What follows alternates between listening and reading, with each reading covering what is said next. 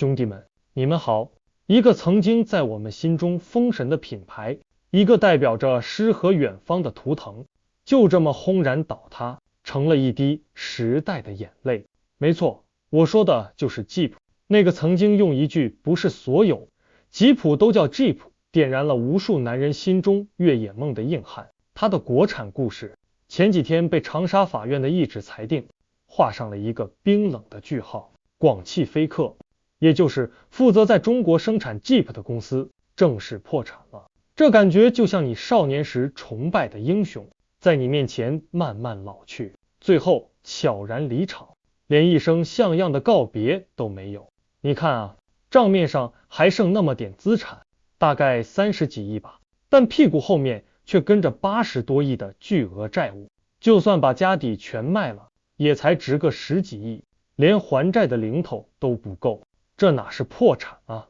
这简直就是一场商业上的雪崩，悄无声息，却又势不可挡。起高楼，宴宾客，楼塌了，这一切仿佛就发生在昨天，你敢信吗？就在几年前，也就2017年那会儿，广汽菲克那叫一个风光无限，一年能卖出22万多台车，那是什么概念？当时流传一个说法，就是马路上跑的每25台 SUV 里就有一台挂着吉普的标。那会儿开上一台吉普，感觉整个人的气质都不一样了，仿佛拥有了征服世界的勇气。可谁能想到，短短5年，风云突变，从云端跌落谷底，到了2022年，全年的销量竟然连2000台都不到，这已经不是腰斩了，这简直是直接砍到了脚脖子。回望这些年，吉普这座商业大厦的崩塌，其实早就埋下了无数的裂痕。产品质量问题像是一颗定时炸弹，总在最关键的时候引爆。在新能源这股席卷全球的浪潮面前，它又像一个固执的老人，迟迟不肯转身，结果被时代远远甩在了身后。再加上那个尴尬的定位，想从硬汉变成暖男，结果两边都没讨好，这些都成了他命运的注脚。不过啊，咱们把视野拉得再大一点， Jeep 的倒下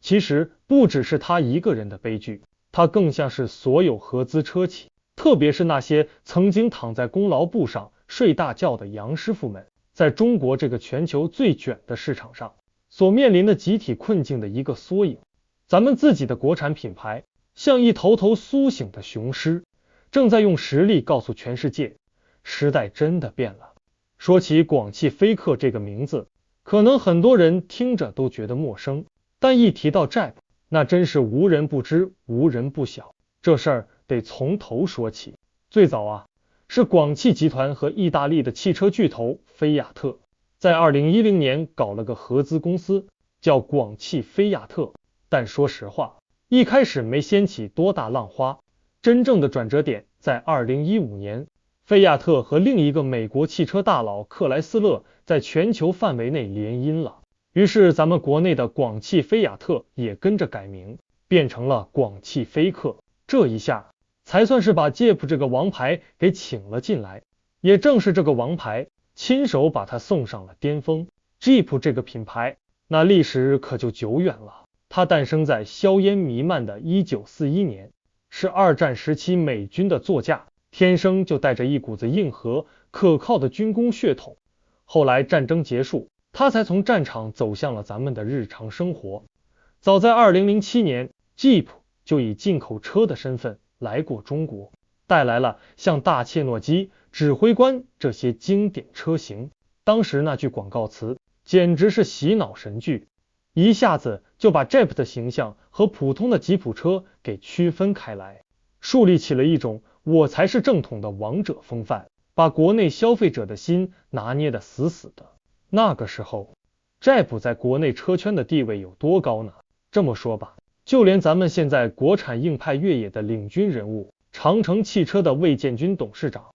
当时都把 Jeep 当成是追赶和超越的标杆。那时候长城正从皮卡转向 SUV， 魏总公开立下豪言壮语，说要让哈弗在2020年销量突破200万，目标就是要干掉 Jeep、路虎这些国际大牌。成为世界第一的 SUV 制造商。你看 Jeep 在那个年代就是一座灯塔，为咱们多少自主品牌指明了方向，教会了我们怎么去做品牌，怎么去讲故事。到了2015年，好戏开场了， Jeep 首款国产车型自由光上市，紧接着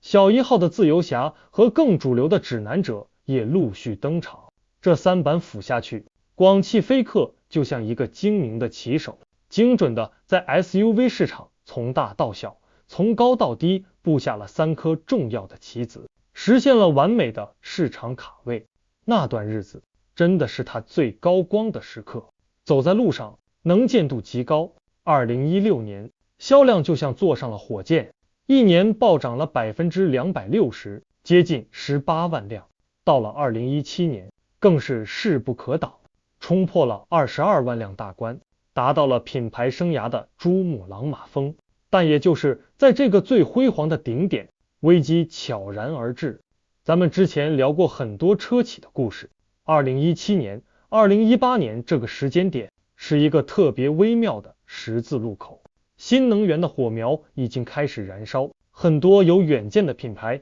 已经开始布局未来，而那些沉浸在燃油车时代巨大成功的品牌，往往就在这种温水煮青蛙的舒适感中，不知不觉地错过了登上新时代方舟的最后一张船票。对于 Jeep 来说，从神坛跌落，固然有外部环境的推波助澜，但更致命的还是内部一连串让人看不懂的操作，亲手把一手好牌打得稀烂。Jeep 的巅峰就像一场绚烂的烟火，在最璀璨的夜空中猝然绽放，却又在黎明到来之前匆匆熄灭。2018年，也就是它销量登顶的第2年，第一个致命的问题就爆发了，产品质量危机。这就像多米诺骨牌倒下的第一章。从这一年开始，吉普的销量就开始了自由落体，一路从12万、7万、4万跌到2万，最后彻底趴在了死亡线上。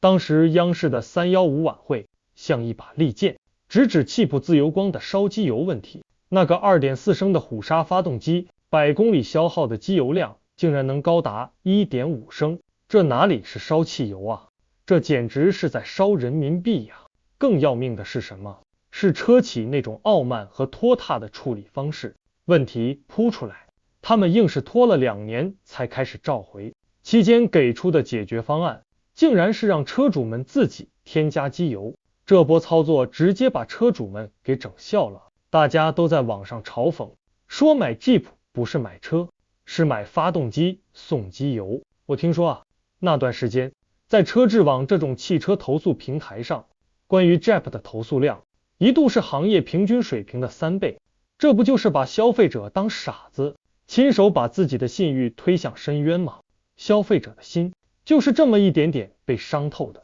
除了质量问题，还有那个让人摸不着头脑的定价。国产化之后，大家本来以为价格能亲民点，结果呢，跟同期的竞品比起来，一点优势都没有。与此同时， Jeep 自己还搞不清楚方向了，把品牌灵魂里最宝贵的硬派越野基因给弱化了，一头扎进了家用 SUV 的红海里。这就好比一个世界拳王非要脱下拳套去跟小学生比掰手腕，不仅丢掉了自己最锋利的武器，还把自己搞得灰头土脸，而错过风口则直接宣判了他的死刑。在新能源转型这件事上，广汽菲克的迟钝和滞后是战略层面的巨大失误。你想想，那个时候比亚迪、吉利这些自主品牌都在砸锅卖铁的搞电动化，哪怕前期投入巨大，回报寥寥，但他们赌的是未来。反观广汽菲克，10年磨一剑，结果磨出来个啥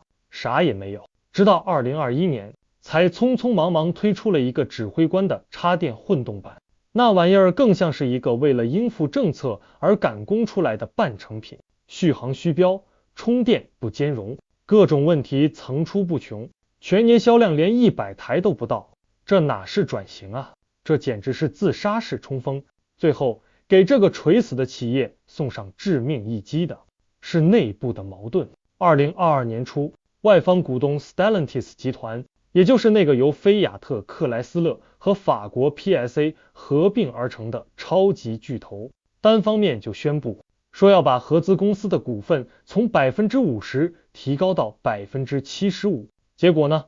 中方广汽集团马上就发了个声明，说这事儿我根本不知道，你发这个东西没经过我同意，你看大难临头了。两口子不想着怎么一致对外，还在家里争家产，这样的公司怎么可能还有精力去应对市场上的腥风血雨呢？所以呀，入不敷出就成了广汽菲克最后几年的主旋律。到2021年的时候，它的净资产就只剩下200万左右了，基本上就是个空壳子了。到了2022年，生产线基本就停了。当然了，咱们现在回头看， GP 的倒下也并非全是坏事，它空出来的市场份额正好被咱们国产的坦克、捷途这些新秀给吃掉了。可以说，他们是踩在巨人的肩膀上，翻开了属于自己的新篇章。而且可以预见的是，像 Jeep 这样黯然离场的合资车企，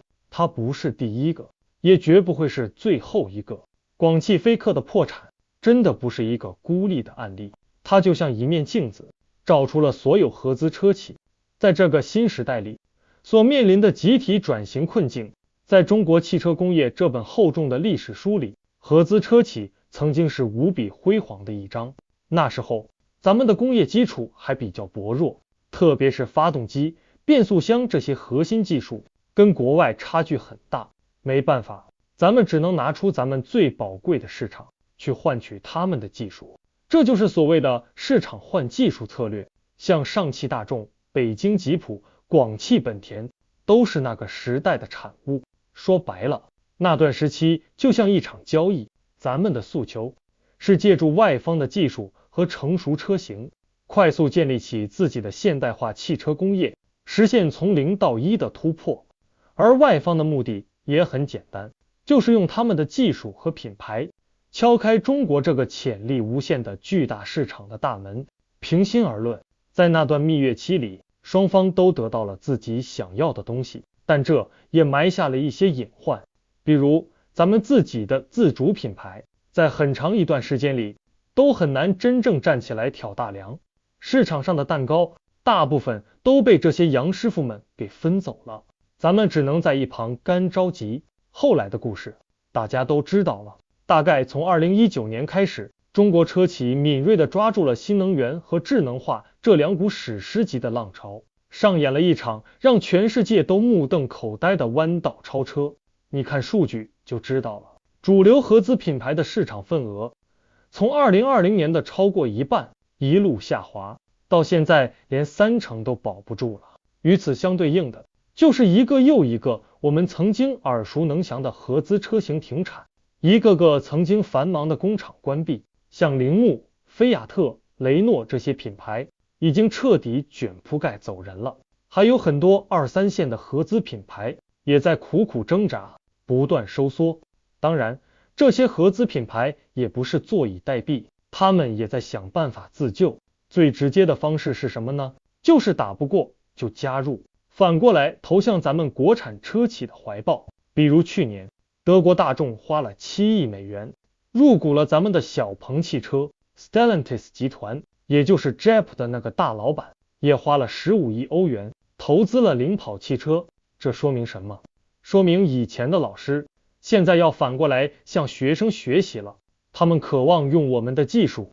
来拯救他们在中国市场的产品力。这画面想想都觉得挺魔幻的。我还记得小时候，村里的土路上第一次开过来一辆桑塔纳，我们一群孩子跟在车屁股后面追了好久好久，满眼都是羡慕和对未来美好生活的向往。那些被车轮碾过的折痕，那些曾经代表着身份和梦想的汽车品牌，终究都成了一个时代的印记。历史的车轮滚滚向前，永不停歇。有些东西注定只能留在我们的记忆里，成为故事。好了，我今天就讲到这里，谢谢各位。